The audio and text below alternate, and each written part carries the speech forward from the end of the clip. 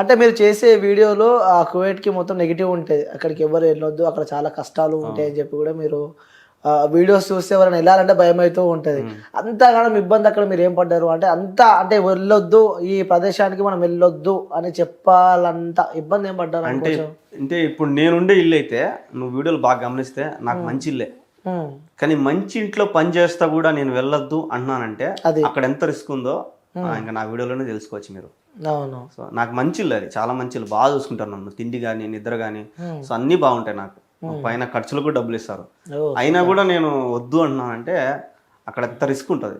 అంటే ఏం అంత అనుభవం ఏం తిన్నారు అక్కడ మీరు అంటున్నా? అనుభవం అంటే మనోళ్ళని చంపినోళ్ళు కూడా ఉండరు వాళ్ళు.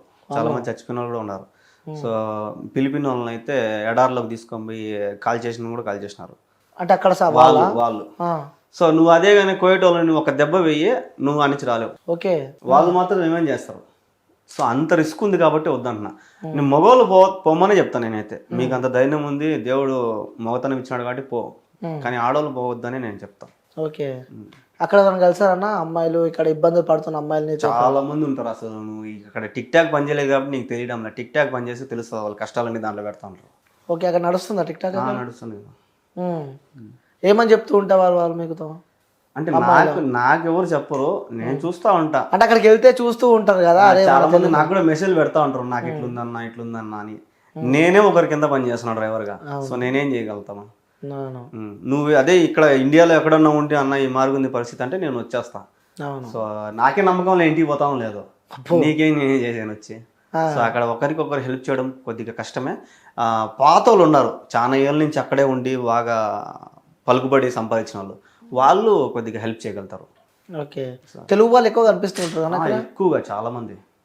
అంటే మరి ఈ సందర్భాలు జరిగినప్పుడు అంటే అక్కడ అంటే వేరే కంట్రీస్లలో కూడా ఆ తెలుగు కాలనీస్ కానీ ఇలాంటివి ఉంటూ ఉంటాయి. అంటే తెలుగుకు సంబంధించిన వాళ్ళు ఒక ఆ ప్లేస్లో ఉండడం కానీ ఇలాంటివి ఉంటూ ఉంటాయి. అంటే ఈ కువైట్లో తెలుగుకు సంబంధించిన వాళ్ళు ఒక ఏరియా కానీ ఒక ప్లేస్ ఇలా ఏం లేదు అక్కడ? ఉంది, మాలియా అని ఒక ఏరియా ఉంది కువైట్ సిటీలో. మాలియా అని మాలియా శుక్రవారం అక్కడ కలుసుకుంటారు అనమాట జనాలు. చాలా మంది వస్తారు. ఇంకా కువైట్ అవతల ఇంకొక ఊరు ఉంది ఫాహెల్ అని. సో ఆ ఏరియాలో కూడా మన తెలుగు వాళ్ళందరూ కలుసుకుంటుంటారు. సో ఒక్కొక్కరు ఒక్కొక్క ఏరియా పెట్టుకుంటారు. ఈ ఏరియాలో కలుసుకుందాం మన సెలవు వచ్చినప్పుడు. సో అక్కడికి వచ్చి అందరు కలుసుకొని సాయంత్రం దాకా ఉండి తిని ఇంకా జలసాలు చేయడం పోవడం. ఓకే. ఎలా ఉంటుంది అక్కడ కల్చర్ ఏ విధంగా ఉంటుంది అంటే కంపేరివ్ టు ఇండియా? సో అక్కడ కల్చర్ ఏ విధంగా ఉంటుంది అంటే మీరు ఇక్కడ పుట్టి పెరిగారు కాబట్టి సో ఇండియాలో ఉన్న కల్చర్ కానీ అక్కడ ఉన్న కల్చర్ కానీ రెండిట్లో మీరు ఏం డిఫరెన్స్ గమనించారు? డిఫరెన్స్ అంటే వాళ్ళు ముస్లిమ్స్. సో వాళ్ళకి తగ్గట్టు వాళ్ళు ఉంటారు. సో మనము హిందూస్. సో మనకు తగ్గట్టు మనం ఉంటాం. ఇక్కడ అందరం ఒకటే. కానీ అక్కడ ఏందిరా అంటే వాళ్ళు ముస్లిమ్స్ కాబట్టి వాళ్ళ రూల్సే మనం పాటించాలా అంటారు. కానీ ఇక్కడ అట్లా కాదు కదా.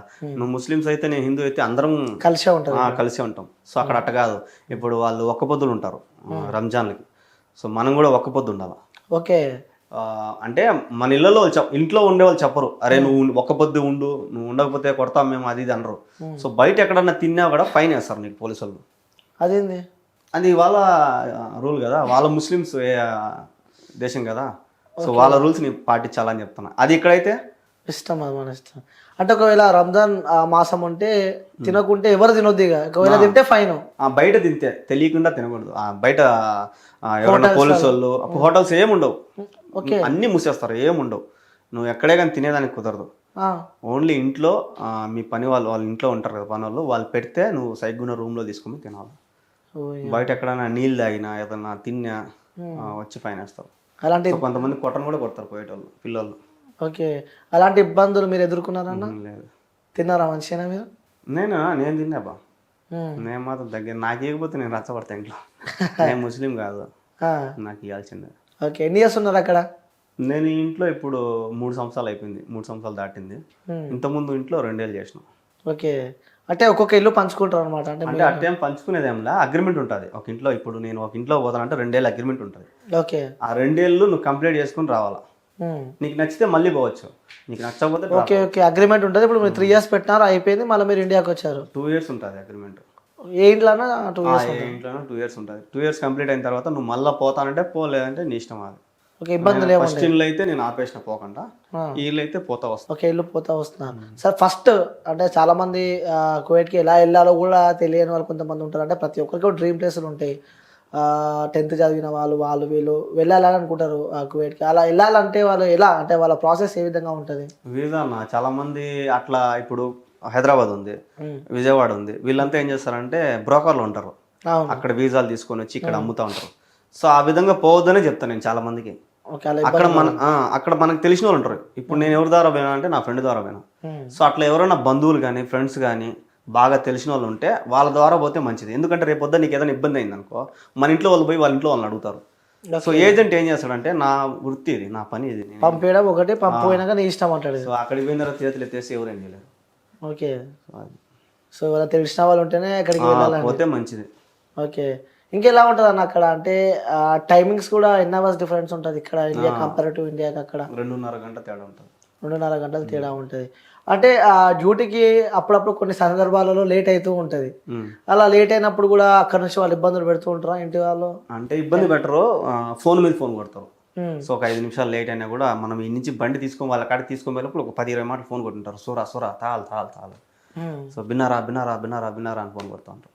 ఓకే, సో వెళ్ళాక మళ్ళీ ఎప్పుడైనా మీరు వాళ్ళతో తిట్లు కానీ దెబ్బలు తినడం కానీ అలాంటి సందర్భాలు ఎప్పుడైనా? మీకు సంబంధించిన ఫ్రెండ్స్ కానీ ఎవరన్నా? సంబంధించిన ఫ్రెండ్స్ అయితే తిట్లు తింటానే ఉంటారు. దెబ్బలు తిన్న వాళ్ళు అయితే ఎవరు లేరు, తిట్లు అయితే తింటా ఉంటారు.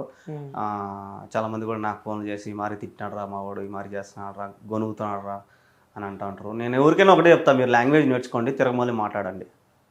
లాంగ్వేజ్ నేర్చుకుంటే వాళ్ళు భయపడతారు. మీరు భాష నేర్చుకోకుండా బెబ్బెబ్బ వాడు చెప్తా ఉంటే మీరు భయపడినారంటే వాడు ఇంకా రెచ్చిపోతాడు. సో వాడు మాట్లాడితే రివర్స్ మాట్లాడాలి మనం, అప్పుడు వాడు అమ్మా డేంజర్ రా అని గమ్మనంటాడు. ఓకే, మళ్ళీ అలా డేంజర్ మాట్లాడితే వాడు రిటర్న్ మనం ఏమైనా చేస్తే ఏం చేయడు, నువ్వు కరెక్ట్గా మాట్లాడాలి. వాడు చెప్పినాడంటే దానికి సమాధానం చెప్పినామంటే ఎగ్జాక్ట్ సమాధానం, కరెక్ట్ సమాధానం. ఓకే, ఇంకోటి ఆ కువైట్ కంట్రీలో కూడా మర్డర్లు ఎక్కువ అవుతూ ఉంటాయని చెప్పి వింటూ ఉంటాము. అంటే కొంతమంది చేస్తారు, పిల్లనాయలు ఉంటారు కొంతమంది కువైట్ పిల్లలు, వాళ్ళకి అదొక కుషాలన్నమాట. ఓకే, గన్లు పెట్టుకుంటారు, కత్తులు పెట్టుకుంటారు, కావాల్సుకునే రాడ్లు కొట్టుకోవడము. సో ఇట్లాంటి కుషాలు ఈ నడవన ఎక్కువ అయిపోయినాయి అవి. ఇంకా ఈ నడవన ఈ పిల్లనాయలు ఎక్కువ అయిపోయినాయి, రచ్చలు పడ్డం, కొట్టుకోవడం, రోడ్ల మీద కార్లతో గుద్దుకోవడము, ఇట్లాంటి ఎక్కువ అయిపోయినాయి. ఓకే, తెలుగు వాళ్ళని నాకు ఇబ్బందులు పెడుతుంటారు అక్కడ? తెలుగు వాళ్ళని ఏమి ఇబ్బంది పెట్టరు. ఓకే, ఇబ్బంది అంటే ఇదే ఇళ్ళల్లో ఏదన్నా ఉంటుంది. ఇప్పుడు నువ్వు నీ ఇంట్లో నేను డ్రైవర్ అయితే నీ ఇంట్లో ఏదైనా ఇబ్బంది ఉంటే నన్ను అంతే. బయట వాళ్ళు ఎవరు వచ్చి నేను ఇబ్బంది పెట్టరు. ఓకే, బయట కోయటి వాళ్ళు వచ్చి ఇబ్బంది పెడితే మా కోయటి పోయి వాళ్ళతో రచ్చపడతాడు, అట్లా ఉంటుంది. ఓకే, అంటే అక్కడ ట్రావెలింగ్ ఎలా ఉంటుంది? మీరు డ్రైవర్గా చేస్తారు కదా, అక్కడ ఎలా ఉంటుంది అక్కడ driving, traffic rules and regulations కానీ ఏ విధంగా ఉంటాయి? పర్ఫెక్ట్గా ఉంటాయి, ఎక్కడికైనా మిస్టేక్ చేసినా కెమెరాలు రెడీగా ఉంటాయి. అక్కడ ఊరికే జైలు వేస్తారంట కదా?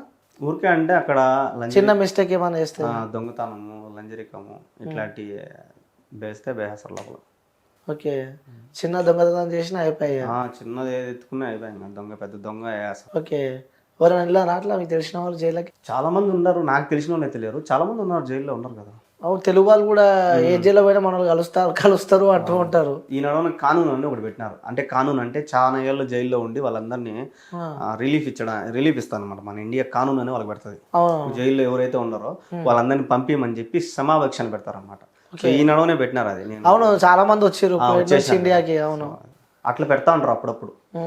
అంటే ఒక తెలుగు వాడిగా అక్కడ తెలుగు వారి కష్టాలు కానీ వాళ్ళ బాధలు వాళ్ళ ఇబ్బందులు చూస్తూ ఉంటే నీకేమనిపిస్తూ ఉంటుంది అన్న?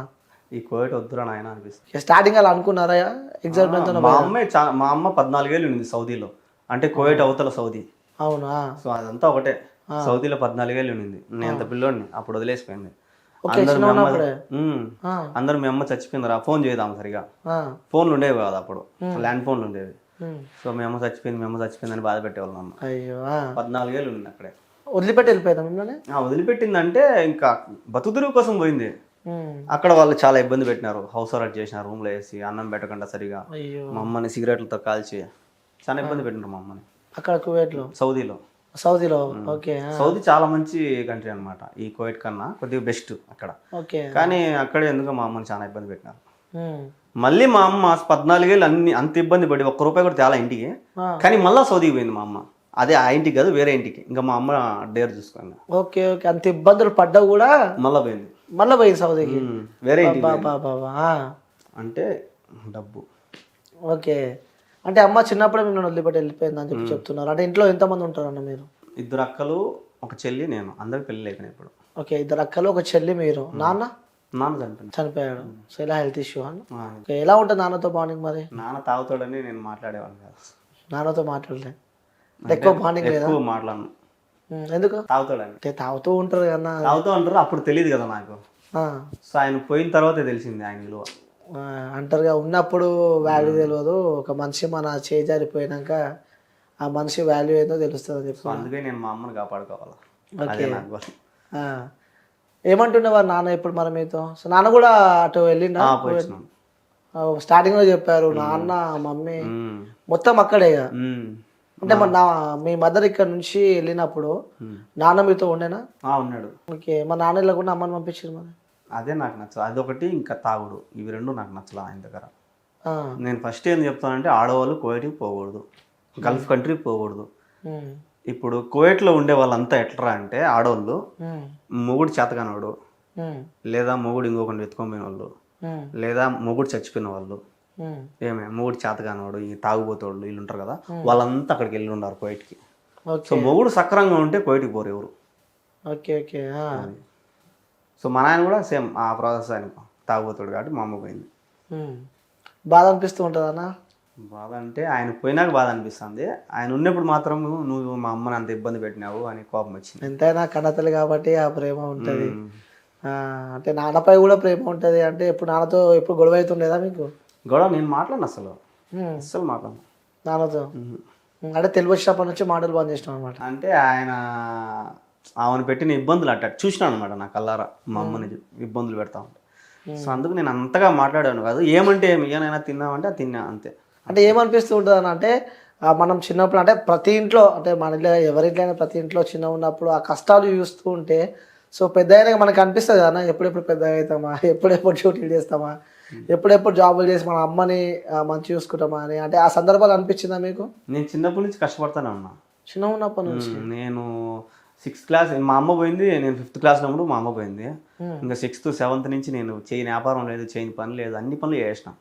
ఈ పని అని లేదు, మొత్తం అన్ని పనులు చేసిన. కూరగాయలు అమ్మినా, మామిడికాయలు అమ్మినా, జ్యూసులు అమ్మినా, చపాతీలు రోడ్ల మీద చపాతీలు వేసి అమ్మినా, అన్నీ చేసిన. మొత్తం ఈ పని అని లేదు, మెకానిక్ షెడ్లలో పని చేసిన, ఆటో దోలినా, కార్ దోలినా, లారీలు దోలినా, అన్నీ అయిపోయినాయి. చిన్న ఏజ్ ఉంటే కష్టాలు పడుకుంటూ వచ్చినారు. అన్నీ అయిపోయినాయి. ఎలా అన్న అంటే ముగ్గురు ఆడపిల్లల పెళ్ళిళ్ళు అయిపోయినా? ముగ్గురు అయిపోయినా? అన్నీ మా అమ్మే చేసింది. పాప సూపర్ అన్న తల్లి. ముగ్గురు పెళ్ళిళ్ళు కంప్లీట్ అయిపోయినాయి. ఇప్పుడు అమ్మ ఇక్కడ ఉంది మరి? అమ్మ నా దగ్గరే. ఎలా చూసుకుంటున్నావు మరి అమ్మని? ఇప్పుడైతే బంగారంగా చూసుకుంటున్నా. అంటే ఒకప్పుడు నా దగ్గర ఏం లేదు కదా, సో ఆమె కూడా నాకు హెల్ప్ చేస్తా ఉంది అనమాట. ఇప్పుడు నా దగ్గర ఉంది, సో ఇప్పుడు నేను బంగారంగా చూసుకుంటాను. ఓకే, ఉన్న దాంట్లో ఎంతైనా అన్న అంటే వాస్తవంగా ఒక ఆడపిల్ల పెళ్లి చేయాలంటే అంత ఈజీ కాదు. మొగోడు చేతులు ఎత్తేస్తే ఆడది పెళ్లి చేయాలంటే చాలా కష్టం. అవును, అట్లాంటిది ముగ్గురికి పెళ్లి చేసింది. తెలుగు ఉన్నప్పుడు చేసిందా? తెలుగు ఉన్నప్పుడు చేసిందా? నీకు ఇక్కడ చిన్న ఉన్నప్పుడు చేసిందా? నాకు పెళ్ళి అయిన తర్వాత మా చెల్లెలు కూడా మా అమ్మాయి చేసింది. నాది లవ్ మ్యారేజ్. ఓ, లవ్ మ్యారేజ్. అవి చూస్తూ ఉన్నా వీడియోస్. ఎలా అన్న లవ్ మ్యారేజ్ అంటే ఫస్ట్ ప్రపోజ్ ఎవరు చేసి? అఫ్ కోర్స్ అబ్బాయిలే చేస్తారు. ఆ అమ్మాయి. ఓకే, అక్కడ నుంచి ప్రపోజ్ వచ్చింది. ఏ ఏజ్ లో వచ్చింది? నాకు అప్పుడు 18 ఏళ్ళు, మా పాపకి 13. చిన్న వయసులో పెళ్లి చేసుకున్నాం మేము. ఓకే, ఇష్టపడి పెళ్లి చేసుకున్నారు. సేమ్ క్యాస్ట్ అంతా? Same caste. ఓకే, పెద్దల పెళ్లి చేసుకున్నారు. అందరిని నేనే ఒప్పించిన, ఒప్పించి పెళ్లి. గుండె గట్టిదంటావు, ఒప్పించి పెళ్లి చేసుకున్నా అంటారు. ఓకే, అంటే మొన్న మీరు కువైట్ నుంచి రిటర్న్ వచ్చేటప్పుడు సర్ప్రైజ్ చేసినారు. లిటరల్లీ చెప్తున్నా, ఆ వీడియో చూస్తే నిజంగా చెప్తున్నా వాస్తవం. అట్లా అంటే నేనైతే రిపీట్ చేస్తూ చూసిన అనమాట. క్రేజీ మస్తు అనిపించింది. నువ్వు ఏడ్ చేసినావు అన్న? మా అమ్మని చూస్తే నాకు మా నాన్న అంటే చేతగాక నేను వదిలేసుకున్నానేమో, ఏమి కూడా ఆడ మిస్ అవుతుందేమో అని ఒక భయం వేసేసింది నాకు. సో అందుకు ఏడుపు వచ్చేసింది. కొద్దిసేపు ఆమెతో మాట్లాడదాం అనుకున్నా నేను, ఎవరు అది ఇది అని. అవును, చూసిన. అలా కాలే. అమ్మ ఇంకా మీ అందరు పెళ్లిళ్ళు చేసినా కూడా ఇంకా పని చేస్తుంది. ఆమెకు చెప్తే విననే తెలుసా, ఎప్పుడు కూడా వినదు. నేను చేయాల్సి అసలు వాళ్ళ అమ్మ ఇప్పుడు బతికే ఉంది. ఇంకా 100 ఏళ్ళు దాటి ఉన్నాయి. ఆమె కూడా ఇప్పుడు పని చేస్తాను. వీళ్ళందరికీ అదొక జమ్లా అయిందన్నమాట. అట్లా స్ట్రాంగ్ అనమాట. అదే మొన్న మీ సర్ప్రైజ్ వీడియోలో కూడా అమ్మ ఐరన్ చేస్తూ ఉంది. సడన్ గా షాక్ అయిపోయింది. అంతా జల్దీ గుర్తుపట్టేసింది. నేను తీసేసిన కదా, ఎడ్ చేసిన కదా. అమ్మో ఏడ్చారు చూసిన వీడియోస్, చాలా మంది కూడా కింద కామెంట్ చూస్తుంటే చాలా ఎమోషనల్ అయిపోయారు ఆ వీడియో చూస్తూ ఉంటే. ఫస్ట్ మీ అక్క దగ్గరికి వెళ్ళారు కదా? అక్క అంటే ఆ నుంచి రావడము చెన్నై నుంచి కదా వచ్చేది. సరే ఇంకా పోతా పోతా అక్కడే కదా తిరుపతిలోనే కదా అని చెప్పి అక్క దగ్గరికి వెళ్ళిన. అక్క కూడా ఎంత ఎమోషనల్ అయిపోయింది అన్న. అక్కకి రాత్రి ఫోన్ చేసిన, అంటే మామూలుగా కెమెరా ఆఫ్ చేసి వీడియో కాల్ చేసి బ్లాక్ చేసేసి నేను కింద ఉన్నా రాక మీ ఇంటి కింద ఉన్నా అని చెప్పిన. పరిగెత్తుకుంటూ వచ్చింది అప్పుడు రాత్రి. మళ్ళీ కెమెరా ఓపెన్ చేస్తే రూమ్ లోనే ఉన్నా. రాత్రి ఫోన్ చేసి మాట్లాడినా పొద్దున్నే వచ్చి ఇక్కడ ఉండవు షాక్ అయిపోయింది అక్క. నిజంగా అది కూడా క్రేజీ అనిపించింది. తర్వాత మీ చెల్లెలు మీ ఇంట్లో వైఫ్ పక్కన ఇంకా మా చిన్నక్క ఉంది, కానీ మా చిన్నక్క కడప అన్నమాట. ఫోటో పెట్టారా? చిన్నక్క మిస్ అయినా అప్పుడు. ఓకే, ఫోటో అయితే పెట్టారు కదా. చూసిన తర్వాత నెక్స్ట్ రిప్లై ఏమొచ్చిందంటే చాలా మంది క్వశ్చన్ మార్క్, అది ఫోటో పెట్టాడు కానీ ఆపేసారు అనుకుంటా మీరు. అంటే ఆ అక్క మళ్ళీ ఫోన్ చేసింది, దాన్ని నేను తీలాగిపోయిన వీడియో. ఓకే, సో అంటే కష్టపడుకుంటా పని చేసుకుంటా అంటే ఈ లైఫ్ ఎలా అనిపిస్తుంది అంటే ఈ జన్మ అంటే కొంతమంది భయపడతారు, ఇబ్బందులు వస్తున్నాయి అంటే భయపడి అక్కడికి లైఫ్ ఎండ్ చేసుకుంటారు కొంతమంది. సో సూసైడ్ అటెంప్ట్ చేసుకుంటారు, అరే ఇన్ని కష్టాలు నాకే వచ్చినాయి అని చెప్పి కూడా ఇబ్బందులు పడి ఆ సూసైడ్ కానీ సో సంథింగ్ ఇక్కడ యాక్సిడెంట్ కానీ ఏదో ఒకటి చేసుకుంటూ ఉంటారు. అలా మీకు ఏమనిపిస్తుంది అంటే మీరు కష్టపడి చిన్నప్పుడే అంటే నాన్న సపోర్ట్ లేకుండా మదర్ సపోర్ట్తోనే ముగ్గురు అక్కల పెళ్ళిళ్ళు ఒక చెల్లె, సో ఈ అన్నీ తలుచుకుంటే ఏమనిపిస్తూ ఉంటుంది మీకు? ఒకసారి నేను కూడా చచ్చిపోదాం అనుకున్నా కదా. మీరు కూడా సూసైడ్ అటెంప్ట్ చేసుకోవాలా అనుకున్నా, ఎందుకు ఎందుకురా ఈ జీవితము ఎందురా ఇది అని అనిపించింది. సో కాదు, నాకు ఫ్యామిలీ ఉంది, మా అమ్మ ఉంది, నా వైఫ్ ఉంది, ఇంకా ఏదో ఉంది నా దగ్గర, తీయాలి దీన్ని బయటికి. సో ఇట్లా ఇంకా కంటిన్యూ అయిపోయింది. ఎందుకన్నా సూసైడ్ ఎందుకు చేద్దాం అనుకున్నా? కరోనా టైంలో, కరోనాకు ముందు షూటింగ్ చేస్తా ఉన్నా, ఆడిగిడి పోయి ఏదో చిన్న చిన్న క్యారెక్టర్లు చేసుకుంటా డబ్బులు. ఇండస్ట్రీలో కూడా ఉన్నావా? ఇండస్ట్రీ అంటే మా కడప జిల్లాలో నేను, ఇక్కడ కాదు. Okay okay. సో అక్కడ చేసే వాళ్ళ దగ్గర చేస్తా ఉన్నా, అక్కడ కొద్ది కొద్దిగా ఇస్తా ఉన్నారు మనకు. ఇంకా కరోనా టైంలో ఇంకా షూటింగ్లు కూడా ఆగినాయి, మనకి ఇంకా ఇన్కమ్ లేదు, ఎవరైనా డ్రైవింగ్ కూడా పిలిచడం లేదు, అందరూ భయపడుతున్నారు, బండ్లు కూడా పంపించడం లేదు ఆడికి కరోనా అని చెప్పి. సో ఇంకొక నెలలో బాగా అప్పులు చేసిన.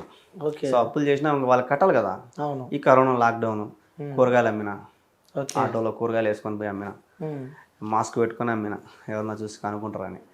అట్లా కూడా నా వల్ల కాల, ఈ అప్పులు అట్ట తీరవు, ఆడొచ్చే 1500కి సరిపోదు మనకు, ఇంకట కాదు కోవిడ్కి వెళ్దాము అని అనుకున్నా. మళ్ళా లాక్డౌన్ పడుతుందేమో భయపడి చచ్చిపోదాం అనుకున్నా. ఓకే, అప్పుడు మాత్రం కొద్దిగా ఆలోచించిన, వద్దు బతకాల, సాధించాలా. అంటే అలా ఆ లైఫ్ మీద విరక్తి కొట్టి ఇక చనిపోదాం, ఇక లైఫ్ ఇక్కడికే అయిపోయింది, ఎండ్ అయిపోయింది అని కూడా చాలా మంది అనుకుంటున్నారు. సో వాళ్ళకి మీరు ఏం చెప్పాలనుకుంటున్నారు? ఎందుకంటే మీరు ఆ రోజు ఆగారు కాబట్టే ఈరోజు ఈ పొజిషన్లో ఉన్నారు. సో ఫ్యామిలీ అంతా సంతోషంగా ఉన్నారు, సో మంచిగా హ్యాపీగా లీడ్ చేస్తున్నారు. ఒక్కవేళ అదే రోజు అది జరిగి ఉంటే సిచ్యువేషన్ ఏ విధంగా ఉండేదన్న? నేను దాన్ని బట్టి ఒకటే చెప్తా, సచ్చి సాధించే కన్నా బతికి సాధించాలి. ఎందుకంటే నేను ఇప్పుడు బతికి సాధించిన, అంతే దానికి ఆన్సర్. బతకాలి, ఇంకా లైఫ్ చాలా ఉంది, ఇంకా చాలా లీడ్ చేయాలంటారు.